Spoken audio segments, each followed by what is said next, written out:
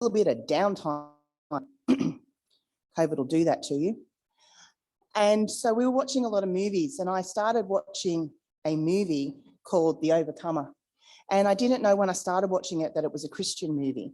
And it's been out since 2019, but I found it on Netflix. It's also available on Apple TV if after I talk about it, you want to go and watch it.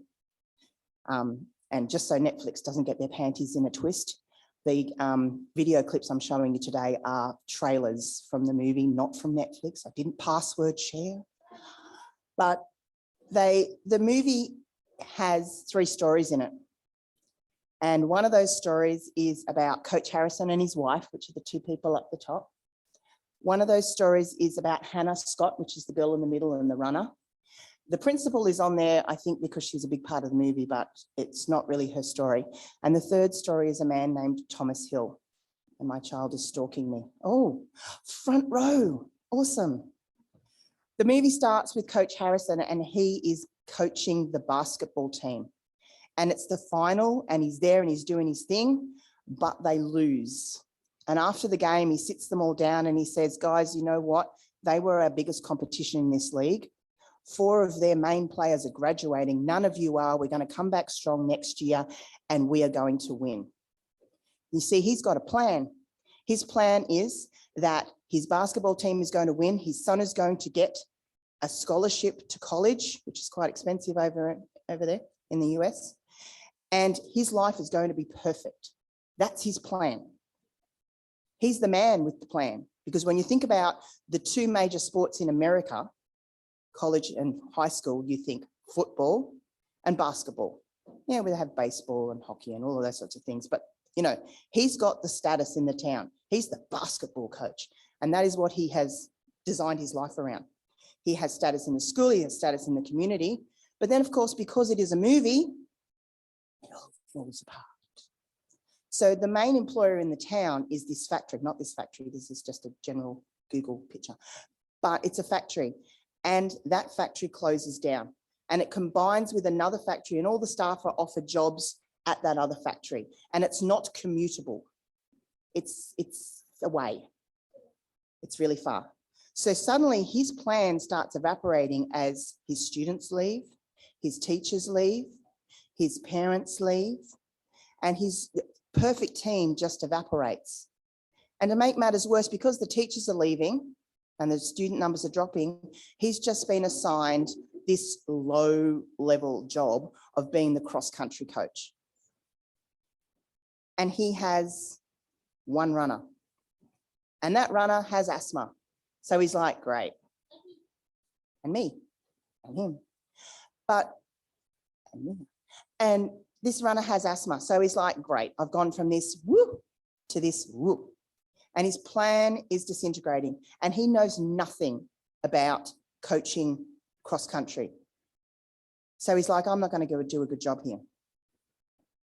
In the midst of all this turmoil that his life has descended into, his wife, who's the lovely lady in the middle, answers a phone call from the pastor who says, will John, Coach Harrison, come with me to visit some people in hospital, some of the church members in hospital. And he goes. He's not very happy about it because his life is in turmoil right now. He's not being very Christian towards other people because, you know, it's all about him. But the room's too crowded and he says, hey, thank you, darling. His room is too crowded. He said, I'll wait outside so he can wallow in his own misery. And he ends up accidentally in the room of a man named Thomas Hill. And this is Thomas. And they start talking. Thomas says to him, you know, while you're waiting to visit that other person, you could visit with me, because he has no family. He has nobody who visits him. He you know, talks to the nurses, but that's about it. And they start talking, and the coach finds out that this man is blind. Obviously he's blind. He's lost his sight through drug and alcohol abuse. He has diabetes. The diabetes is trying to take his kidneys and his legs. So he's in this place that's not so great, but he's a very positive man. And Thomas Hill is a Christian man. But bonus here, Thomas used to be a state level cross-country runner. Yes, we've got a plan now. So Coach Harrison asks him for help, and they form this friendship, and he starts visiting him, mostly to say, can you help me? but it's beneficial for both sides. During one of these visits, Thomas asks Coach Harrison, "Who are you?" And it's a really powerful moment in the movie. You have a piece of paper that my beloved children have hopefully given you, and if you haven't, please let us know. Who are you?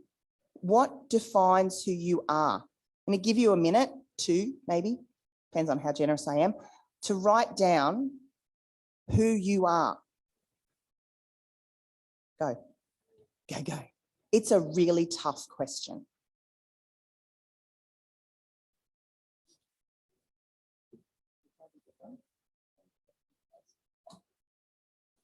If anybody needs a pencil, let me know.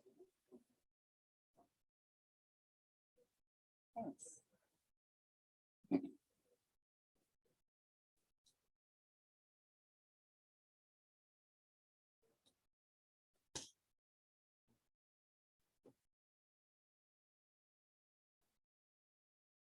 It's hard, right?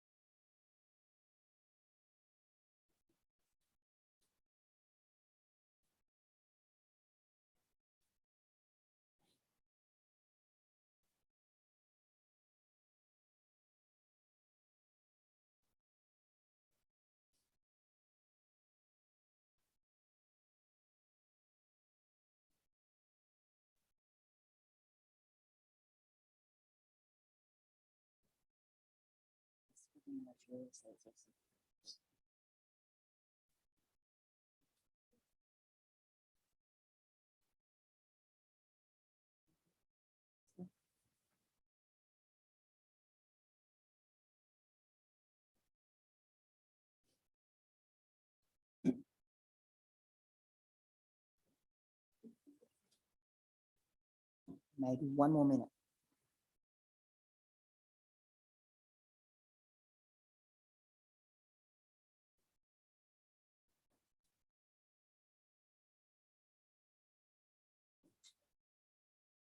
It is a tough question.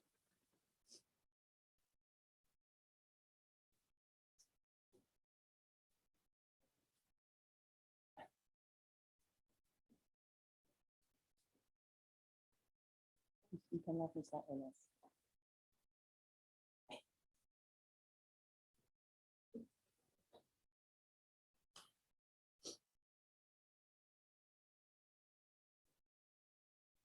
Maybe 20 seconds more. Just looks like we're mostly finished. I'm very loved. And I'm such a mum, they just follow me like ducklings.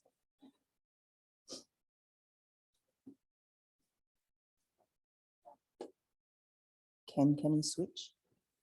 Please.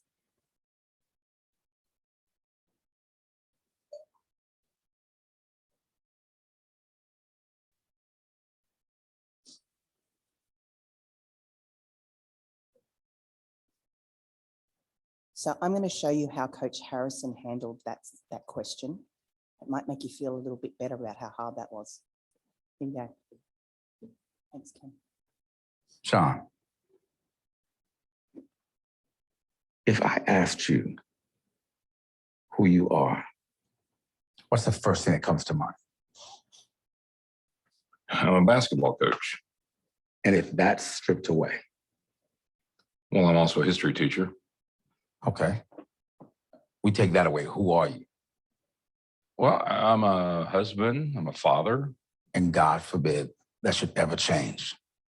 But if it does, who are you? I don't understand this game. It's not a game, man. Who are you? I'm a white American male. Yeah, well, that's for sure. Is there anything else? Well, I'm a Christian. And what's that mean? It means follower of Christ. And how important is that? Very important. Interesting. High so far down your list. Okay, wait a minute. I could have easily said Christian first. Yeah, but you didn't. Look, John, your identity will be tied to whatever you give your heart to. Doesn't sound like the Lord has first place. You're calling me a bad Christian? Let me be a little direct. Last time you were here, you said you'd pray for me. Did you?